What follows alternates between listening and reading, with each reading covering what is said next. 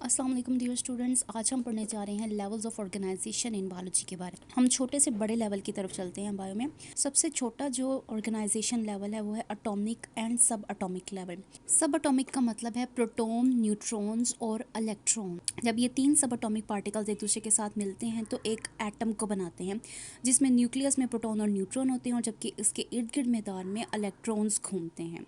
अब जैसे जैसे नंबर ऑफ प्रोटॉन और न्यूट्रॉन मुख्तलिफ होता जाता है, उसी तरह से हमारे पास बनने वाले एटम्स भी मुख्तलिफ होते जाते हैं। जैसे oxygen, hydrogen, sodium, chlorine, nitrogen, ये तमाम एटम्स जो हैं वो हमारे पास तब बनते हैं जब सब एटॉमिक पार्टिकल्स एक दूसरे के साथ मिलते हैं।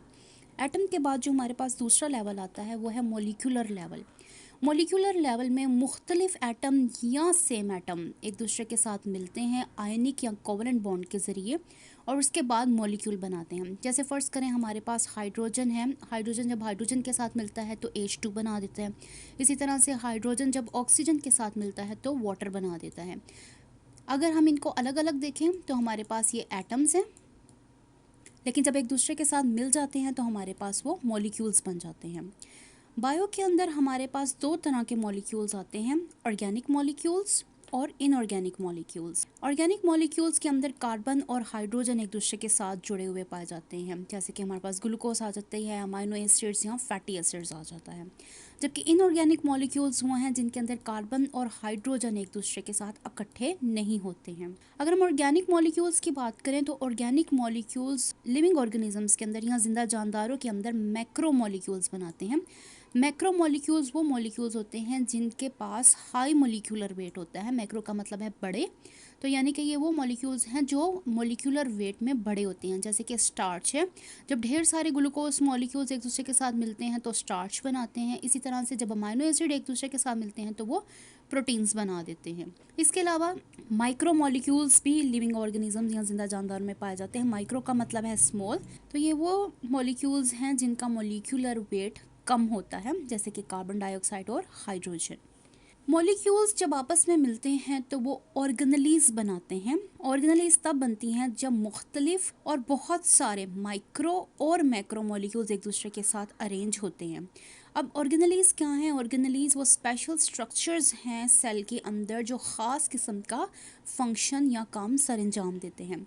जैसे हमारे पास एक ऑर्गेनेली आ जाती है क्लोरोप्लास्ट। क्लोरोप्लास्ट की जो मेम्ब्रेन है वो मिलकर बनी है प्रोटीन से, कार्बोहाइड्रेट और फैट से। इसी तरह से उसके दरमियान में ये जो मैट्रिक्स पाई जाती है, इसके अंदर कार्बन डाइऑक्साइड, ऑक्सीजन या वाटर, ये तमाम मॉलिक्यूल्स पाए जाते हैं। तो हम देख सकते हैं कि जैसे ही मॉलिक्यूल्स एक दूसरे के साथ मिलते हैं तो ऑर्गेनेलीज बनती हैं। इसी तरह से हमारे पास न्यूक्लियस आ जाता है, न्यूक्लियस के अंदर डीएनए, इसके अलावा वाटर पाया जाता है, इसके अलावा उसकी जो मेम्ब्रेन है उसी तरह से कार्बोहाइड्रेट्स, प्रोटीन्स और फैट पाई जाती है।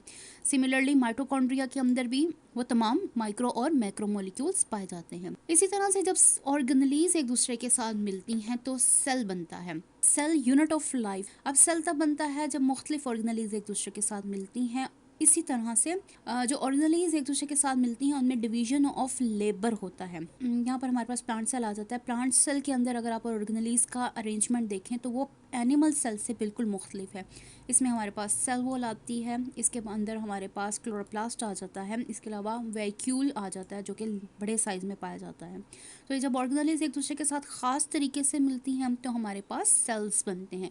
अब हम डिवीजन ऑफ लेबर की बात करें तो इसका मतलब है कि सेल के अंदर हर ऑर्गेनेली अपना अपना काम सर अंजाम दे रही है। जैसे क्लोरोप्लास्ट जो है वो फोटोसिंथेसिस करता है, माइटोकॉन्ड्रिया एनर्जी पैदा करता है, न्यूक्लियस जो है वो सेल के तमाम कामों को कंट्रोल करता है। सेल्स के बाद अगला लेवल हमारे पास आ जाता है टिश्यू लेवल। टिश्यूज तब बनते हैं जब ग्रुप ऑफ सेल्स जो कि सिमिलर सेल्स होते हैं एक दूसरे के साथ जुड़ते हैं लूजली या बंडल्स की फॉर्म में।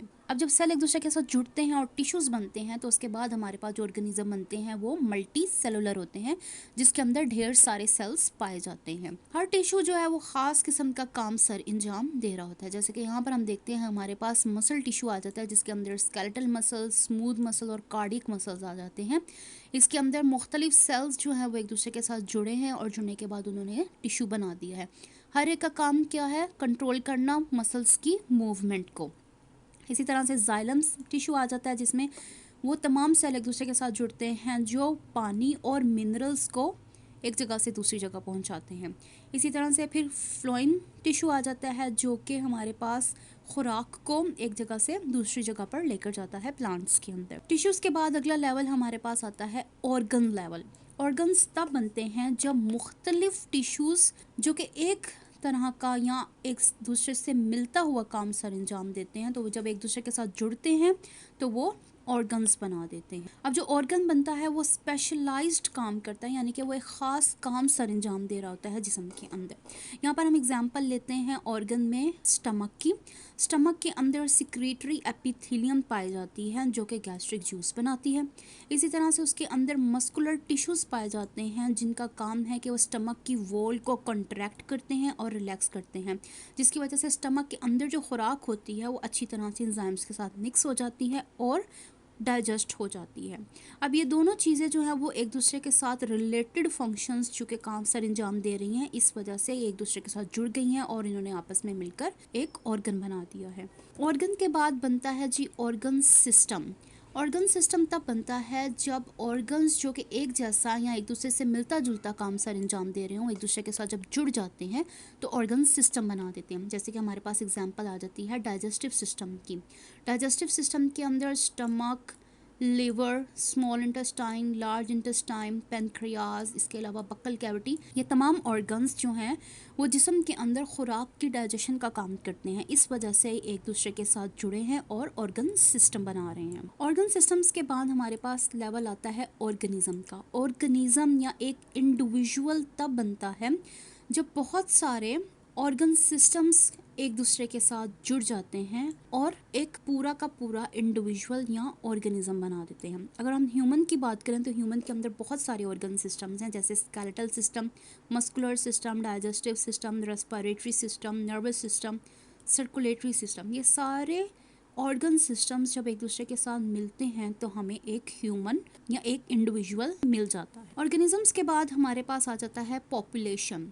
पॉपुलेशन क्या है? पॉपुलेशन एक ग्रुप है उन तमाम लिविंग ऑर्गेनिज्म का जो सेम स्पीशीज से बिलोंग करते हैं, एक जगह पर रहते हैं एक टाइम में। ठीक है, जैसे फ़र्ज़ करते हैं कि आप एक कॉलोनी में रह रहे हैं और उस कॉलोनी में जितने भी ह्यूमंस हैं, जब आप उन सबको कलेक्टिवली देखते हैं या मिलाकर देखते हैं तो वो एक ह्यूमन पॉपुलेशन बन जाती है। ठीक है, इसी तरह से अगर हम जंगल में देखें तो अगर हम वहाँ पर मौजूद तमाम लाइन को देखते हैं तो वो लाइन की एक पॉपुलेशन है। पॉपुलेशन हमेशा याद रखें तब बनेगी जब एक या सेम स्पीशी को देखेंगे। पॉपुलेशन जो है वो बायोलॉजिकल ऑर्गेनाइजेशन का सबसे बड़ा लेवल है जिसके अंदर मुकम्मल ऑर्गेनिज्म जो हैं वो ग्रुप की सूरत में रहते हैं। अब पॉपुलेशन के बाद क्या बनती है? कम्युनिटी बनती है, और कम्युनिटी तब बनती है जब मुख्तलिफ पॉपुलेशंस एक दूसरे के साथ रहती हैं। फ़र्ज़ करें हम एग्जांपल ले लेते हैं जंगल की। जंगल के अंदर लाइन, एलिफेंट, ज़ेब्रा, डियर और इसके साथ साथ प्लांट स्पीशीज़ भी जो है वो एक दूसरे के साथ रह रही हैं, तो हम इसको कहेंगे कि ये हमारे पास एक कम्युनिटी बन जाती है। अब कम्युनिटी के अंदर एक पॉपुलेशन ज़्यादा भी हो सकती है और कम भी हो सकती है, और ये डिपेंड करती है एबायोटिक फैक्टर्स पे। अब एबायोटिक फैक्टर्स में हमारे पास क्या आ जाता है? पानी, कार्बन डाइऑक्साइड। तो जैसे जैसे उनका लेवल डिफरेंट करता जाएगा पॉपुलेशन भी ऊपर नीचे होती जाएगी। जब आप कम्युनिटीज़ को एक दूसरे के साथ जोड़ते हैं तो आपके पास बनता है इकोसिस्टम। इकोसिस्टम तब बनता है जब कम्युनिटी और उसके नॉन लिविंग पार्ट को आप इकट्ठा मिलाकर देखते हैं, यानी कि एक जगह आपने ली, उस जगह के अंदर जितने ज़िंदा जानदार थे आपने उनको भी कंसिडर किया, जैसे हमारे पास जानवर आ गए, हमारे पास प्लांट्स आ गए, और इसके साथ साथ आपने उसके नॉन लिविंग हिस्से को भी देखा, जिसमें हमारे पास पानी आ गई, हमारे पास हवा आ गई, कार्बन डाइऑक्साइड आ गई, ऑक्सीजन आ गई, टेम्परेचर आ गया। जब आप इन तमाम चीज़ों को कलेक्टिवली या एक दूसरे के साथ मिला कर देखते हैं तो हमारे पास इकोसिस्टम बनता है।